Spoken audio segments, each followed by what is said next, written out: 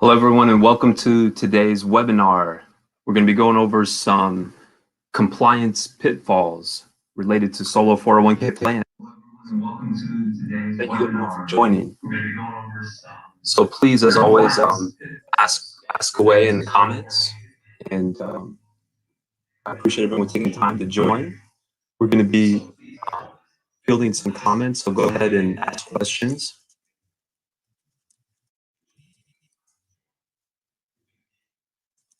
And of course, we'll be posting this later on YouTube. And please like our video today and subscribe for more videos like this. All right, so let's dive in. So probably the top issue to consider when it comes to compliance pitfalls are going to be prohibited transactions. So we're going to go through some live examples to put some meat on the bones.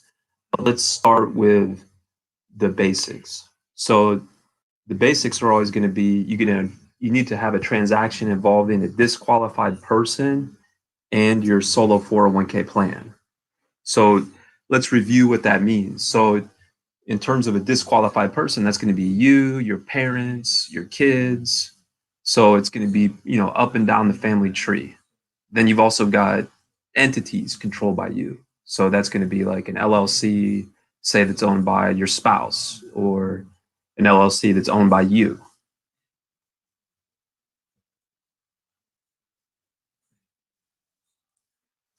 All right, so now let's put some meat on those bones. So let's go through a real estate transaction where it's a lease between your solo 401k plan and your daughter. So clearly your daughter is a disqualified person. So there's no exception. So even if your daughter's paying, market rate or above market rate, there's not going to be any type of exception for that. So that's going to be prohibited, clearly.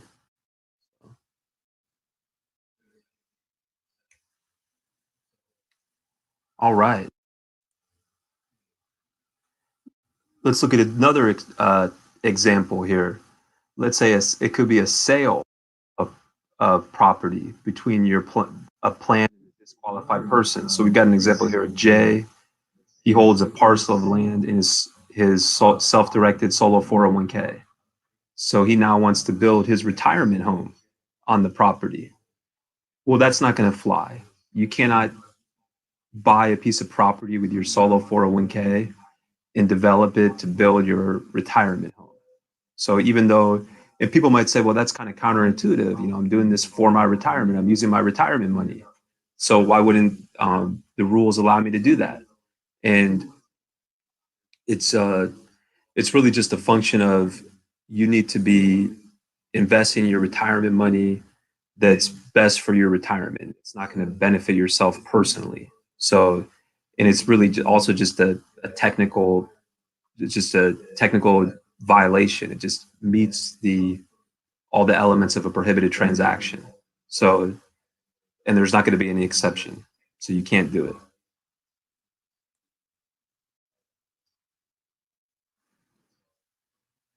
All right, so next one here we've got is trying to put property that you already own in your own name into the solo 401k plan. And there's not going to be any way to do that. You can't take a property that you own and sell it to your solo 401k. That's going to be considered self-dealing. Even if you sell it for a very low price and it's somehow benefiting your 401k. A lot of times we'll hear those types of questions. Again, it's just you have to just analyze it very strictly. It's a transaction between you and the plan, and there's not going to be an exception. There's no way to somehow get property that you personally own into your solo 401k at whatever price. So that's prohibited.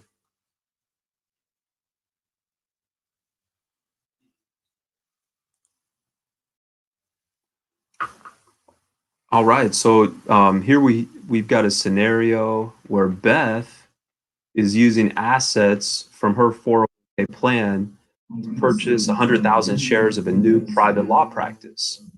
Because of this, Beth is elected to the board of directors and is named general counsel.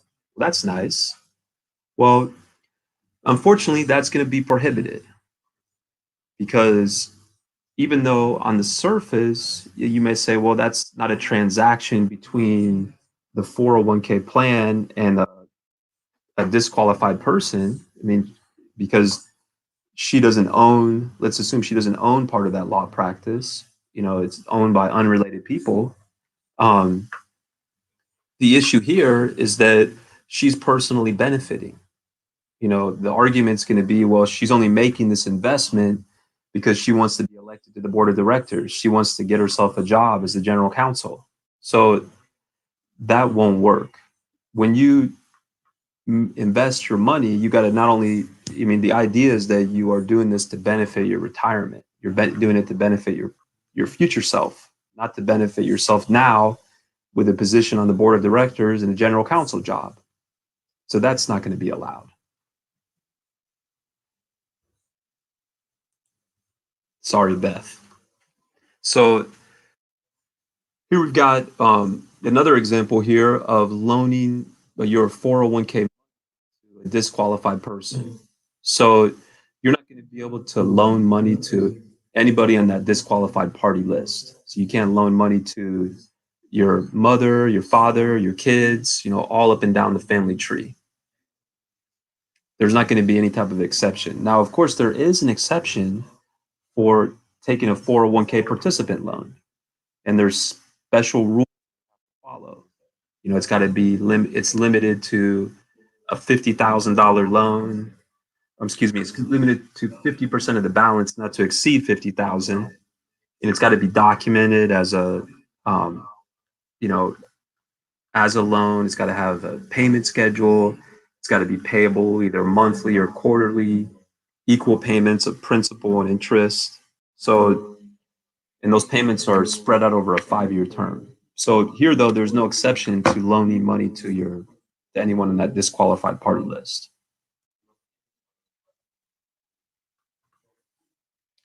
And here, just to hammer it home, we've got an example where Tina is loaning $50,000 from her solo 401k, charging 10% per year.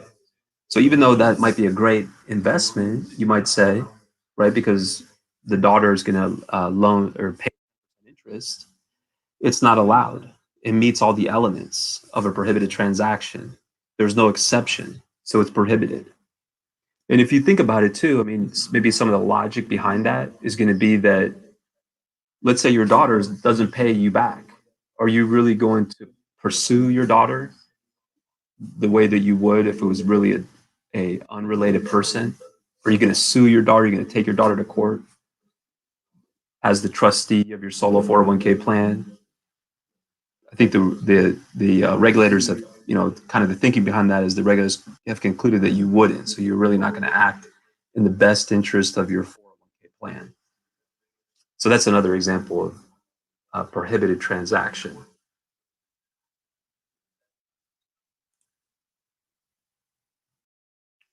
All right, here we've got one where Sue's solo 401k plan has a balance of $100,000. Her father recently started a new business and needs a short-term loan to cover payroll. Sue offers to loan $60,000. It's going to have 8% interest, 12 monthly installments.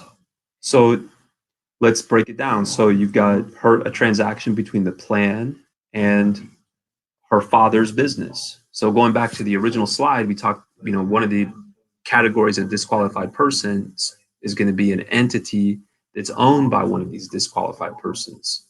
Going up the family tree, her father is clearly a disqualified person. So an entity or a business that he owns is also disqualified. It meets all the elements. There's no exception. It doesn't matter that he might pay 8% interest. It doesn't matter that you might argue, well, that's a good investment. There's no exception for good investments. It's just prohibited. You can't do it. So that's another good example here.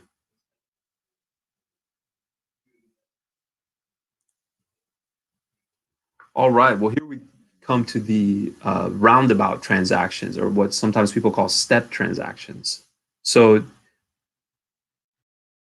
this is where people try, some people will get creative, and will say, okay, well, I understand that I can't have a transaction between a disqualified person. That's prohibited, right?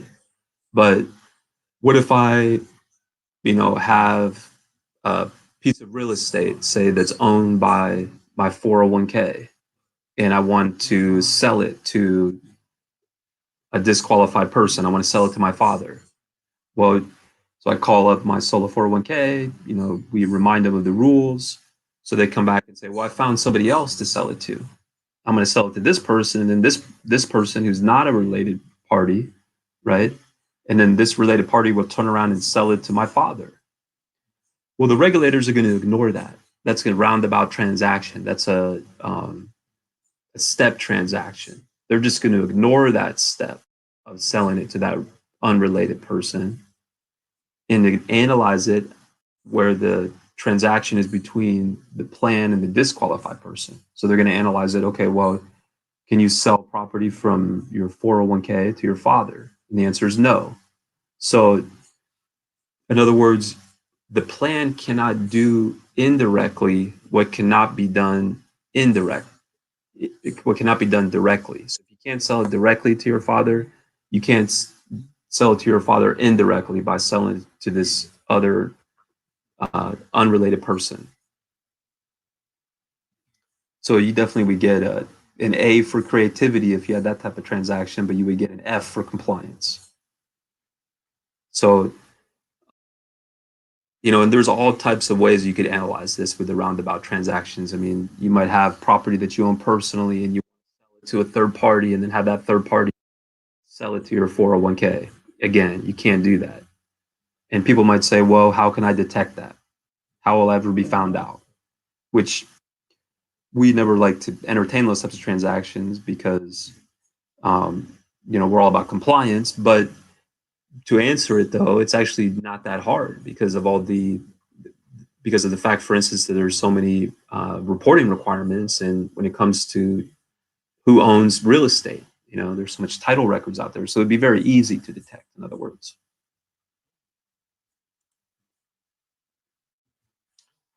And we've got even another example here of a roundabout transaction. So we say loaning money from your solo 401k to your friend, and then loans funds to your mother. So again, this is a roundabout transaction. It's going to be analyzed. Hey, can you loan money from your 401k to your mother? The answer is no, so you can't do it by inserting this other person in between.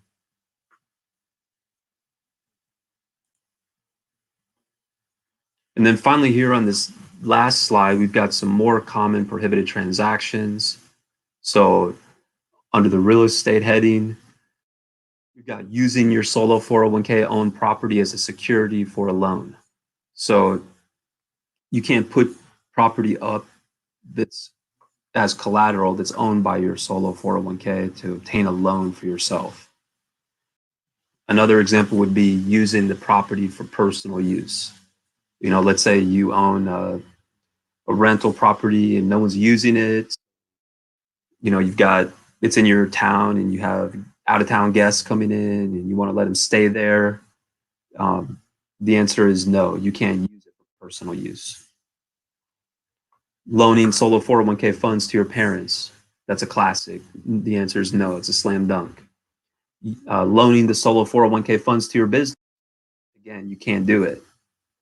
Loaning the solo 401k funds to your spouse's business, again, the answer is no. Now, of course, if you're talking about a loan, there is a bit of a workaround in the sense that you could take that 401k participant loan, assuming that you haven't already taken one, and subject to all the rules, like that it's limited to 50% of the balance, not to exceed 50,000. So, it's got to be documented and all that good stuff. So there's a little bit of a workaround there. Well, that concludes today's presentation. I really appreciate everyone joining, and we'll be posting this up on YouTube a little bit later. And please like the video and subscribe for more videos like this. Thank you so much.